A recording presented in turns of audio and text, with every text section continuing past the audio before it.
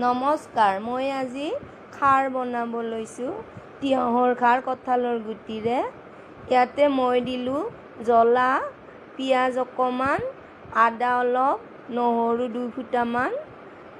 এয়া দি আমি মাছ মাংস এইকেইদিন নাখাওঁ অম্বুবাচীৰ কাৰণে, সেয়ে কঁঠালৰ গুটিৰে বনালোঁ। তেলত এইখিনি বহাই দিলোঁ, অকণমান হালধি দি, তাৰপিছতে এনেকৈ লাৰি দি কিনে অকণমান তেজপাতৰ গুড়ি দিলোঁ,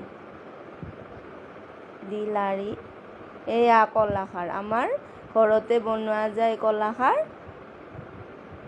কলাখাৰটো আঠিয়া কলৰ মানে ভীমকলৰ গছৰ বনাওঁ।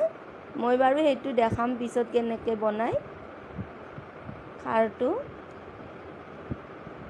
এনেকৈ লাৰি দি তাৰপিছত পানী দি দিলোঁ, তাৰপিছত উতলিব দিলোঁ। এয়া উতলিছে, উতলি এয়া হৈ গ'ল। এয়া কলাখাৰত অকণমান